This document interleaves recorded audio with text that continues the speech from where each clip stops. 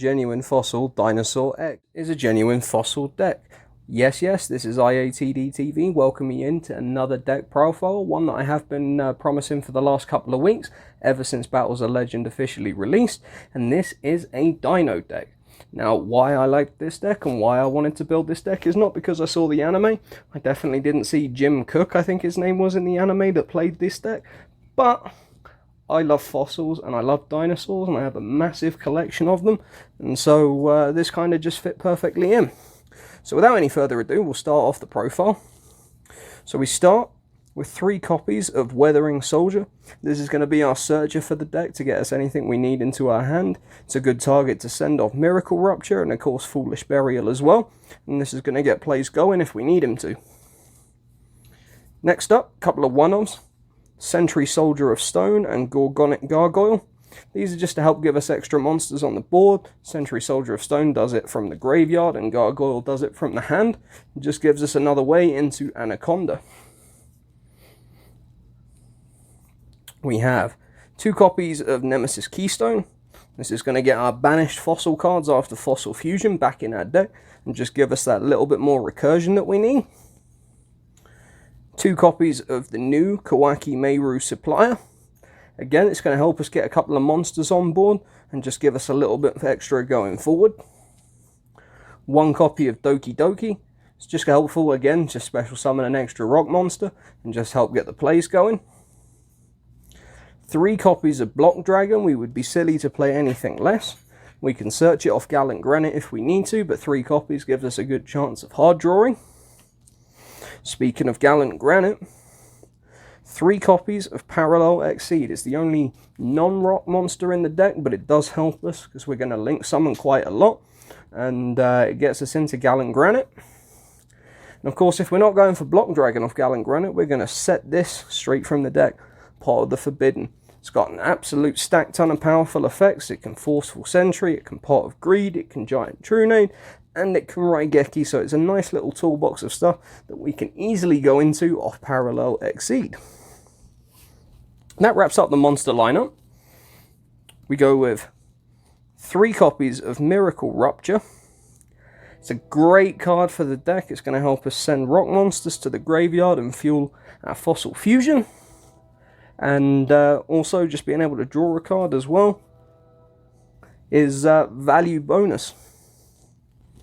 Speaking of Fossil Fusion, we play 3 copies of said Fossil Fusion.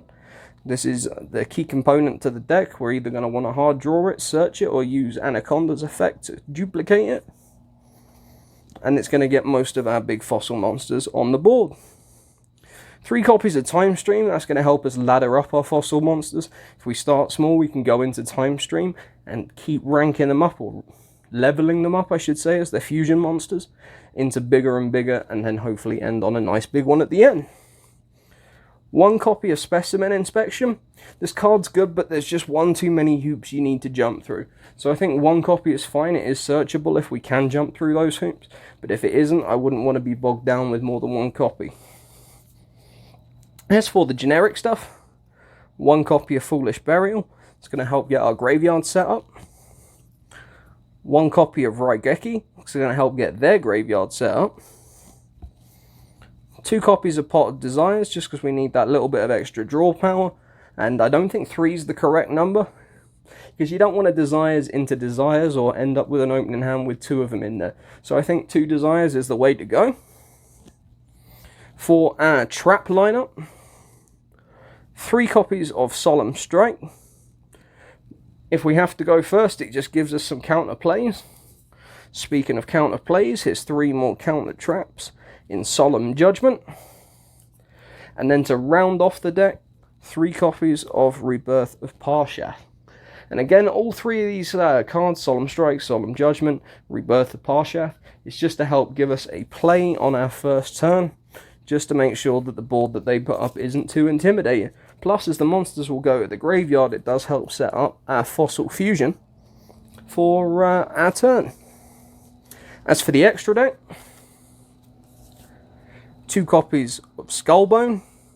He is one of 2 level 4s in the deck. Now all of these do have piercing damage, and the way I've built this deck is just to try and put these monsters on board and see if we can have fun with piercing damage, as the Revenge of Parshath did allude to.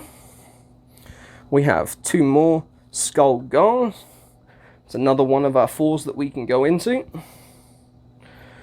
2 copies of the rather expensive fossil Skull Knight.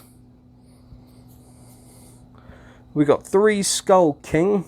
This is a nice bit of disruption. We can special summon a monster from our opponent's graveyard to our field. Pseudo DD Crow kind of effect, and we get a monster on board for it. Skull Yugioh. He's our big monster. He's who we're going to get on the board to do the most amount of damage.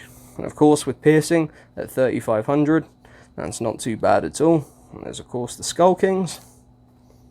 That does it for the fossil monsters in the extra deck. And then we round off with 1 copy of Verte Anaconda.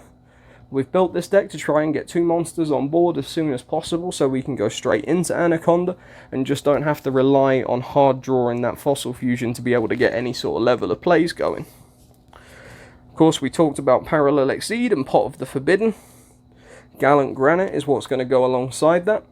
Gallant Granite is going to give us the option to either search probably Block Dragon in all likelihood, or alternatively we can just set that Pot of the Forbidden straight from the deck, and that just gives us a nice potential blowout card if we need it.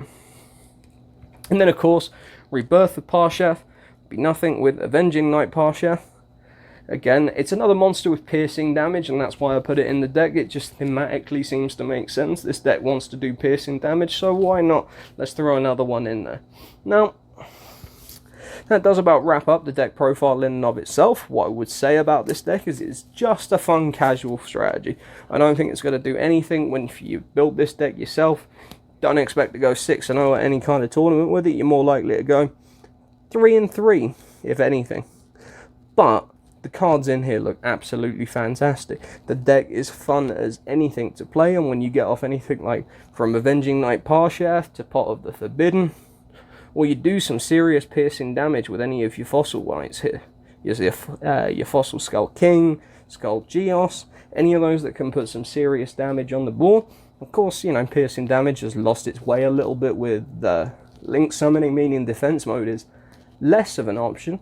But I still think you can have a lot of fun with this deck, and the monsters that you bring out are beefy enough in and of themselves that if they are in attack mode that you're attacking into, you still should deal with a lot of them.